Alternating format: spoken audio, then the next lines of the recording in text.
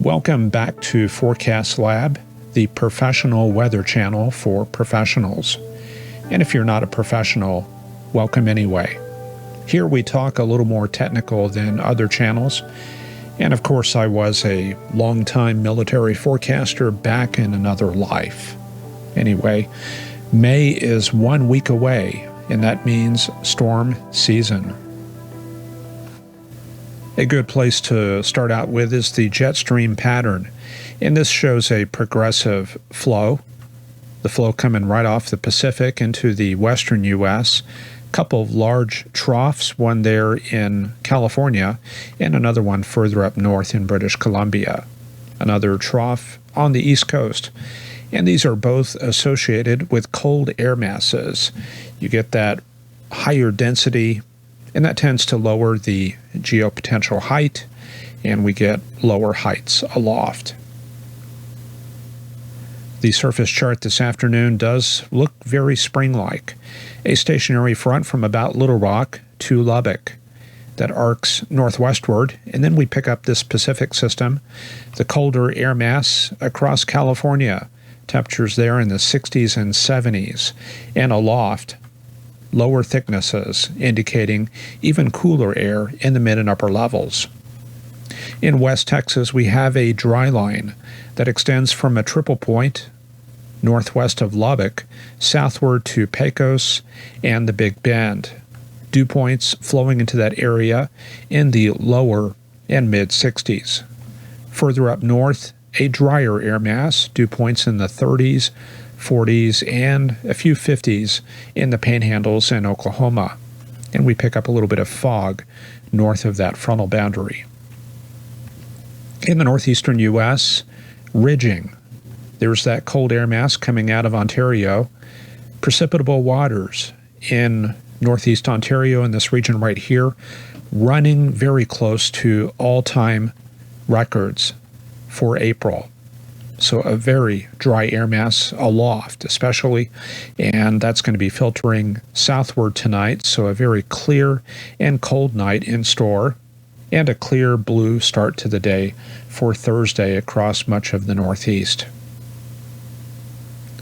Taking a look out in the Pacific, it is quieter, high pressure off the west coast, a little bit stormy there in the Gulf of Alaska, but we go up north. Things are warming up. We're starting to see some 50s around Fairbanks.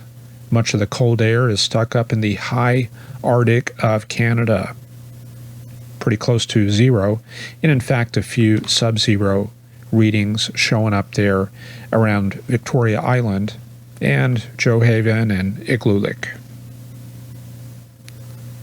So let's take a look at the big changes coming our way. This goes up to 500 millibars. This is the mid-troposphere, about 5 kilometers, about 18,000 feet up. And what we see here is ridging across the Rockies and the high plains. So we don't have a whole lot of thunderstorm potential today. But with that frontal boundary there in Texas, we can't completely rule that out. In fact, we're going to get some big changes coming up here tonight. But let's go ahead and just look at the dynamics going into tonight, tomorrow, and Friday. Big trough coming inland with a couple of strong shortwave disturbances starting to roll into Arizona, Southern California, and the Gulf of California. The ridge axis continues moving eastward overnight, and we start to get those height falls in the panhandles and West Texas going into early tomorrow. This indicates jet stream energy. Very likely there's a jet max right there south of Tucson, the divergent left front quadrant right there across Phoenix and Tucson. And we can surmise that there's probably a frontal boundary right through here. So that gives you an idea of things to look for on the surface charts. As those strong dynamics come out into the Great Plains, we see some very strong responses at 850 millibars. This is about 1.5 kilometers above mean sea level, so about 5,000 feet. You can see we're starting to pick up some flow right there, the yellows indicating stronger flow aloft. So 20 to 30 knots there at 850. And you can see as we go into tonight, low-level jet gets established from about Junction to Abilene, to Wellington, on up to Dodge City, and up towards Pierre. Kind of a long ribbon of strong winds at 850. Tomorrow morning, picking up even further, up to about 35 knots, shifting out to the I-35 corridor, and strengthening further for tomorrow night. So by 1 in the morning, strong band of 50 to 55 knot flow across Dallas, Oklahoma City, Tulsa, Kansas City. So this could be a stormy period here. This is that response to that strong flow across the Rockies, the disturbances coming out of there, the cyclogenesis on the lee side of the Rockies. In fact, that's it right there. Then as we go into Friday, things shift to the east, and you can see that early Friday afternoon jet axis from about Longview to the Ozarks and Des Moines. So this is going to carry most of the moisture and energy out into the Corn Belt.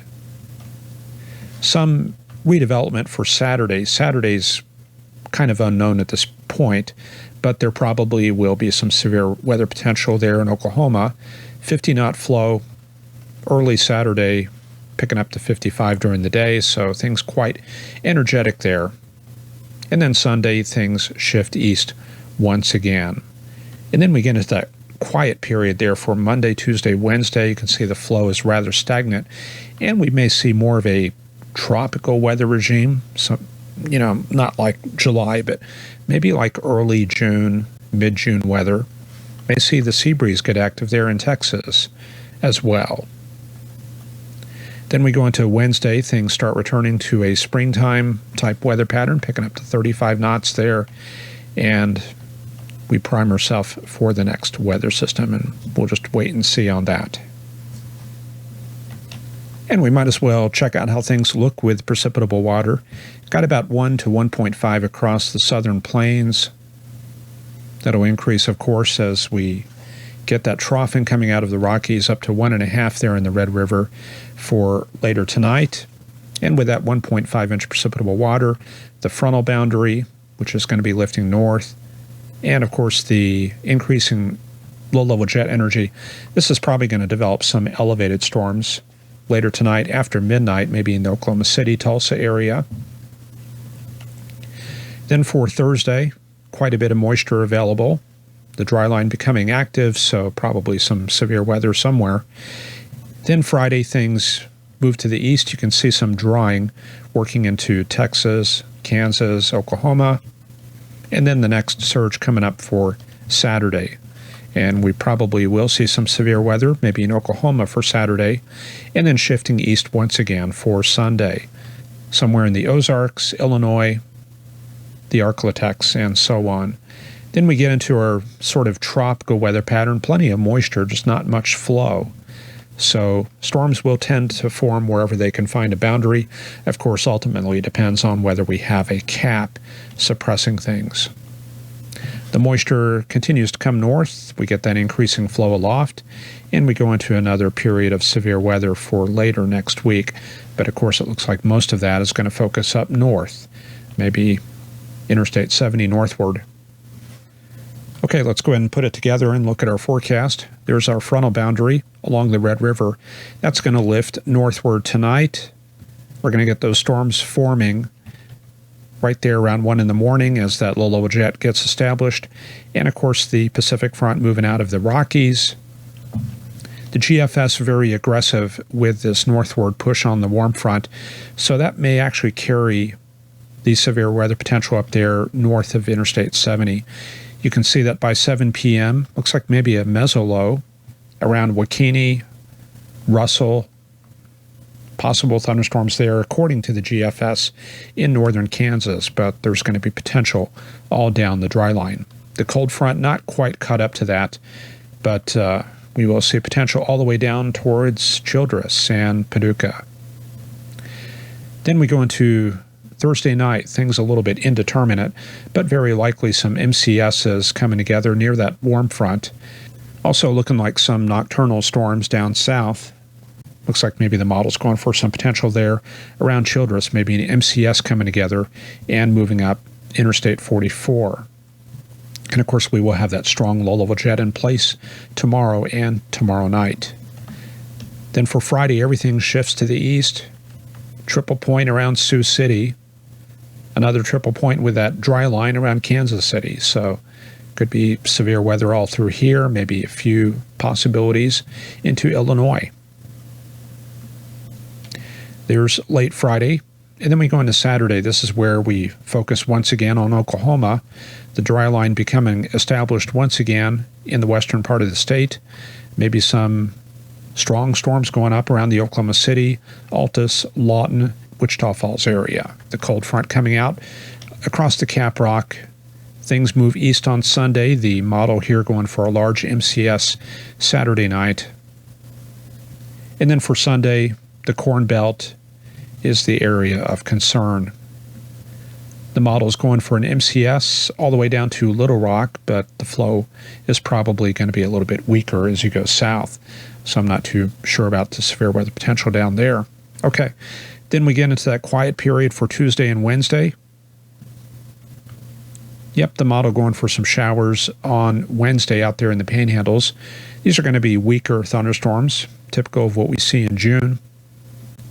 Then as we get the return of stronger upper-level flow for Thursday and Friday, this is where we get back into that severe weather pattern once again. But looks like initially it may be dry in much of the plains. And that's all for this edition of Forecast Lab. When we come back Friday, our focus will be on severe weather. So be ready for that. We're going to cover a little bit more technical information, and we'll look at those skew-ts and the photographs as well. All right, hope you have a great Wednesday night. Enjoy your Thursday, and we'll see you here in a couple days. Take care. Bye-bye.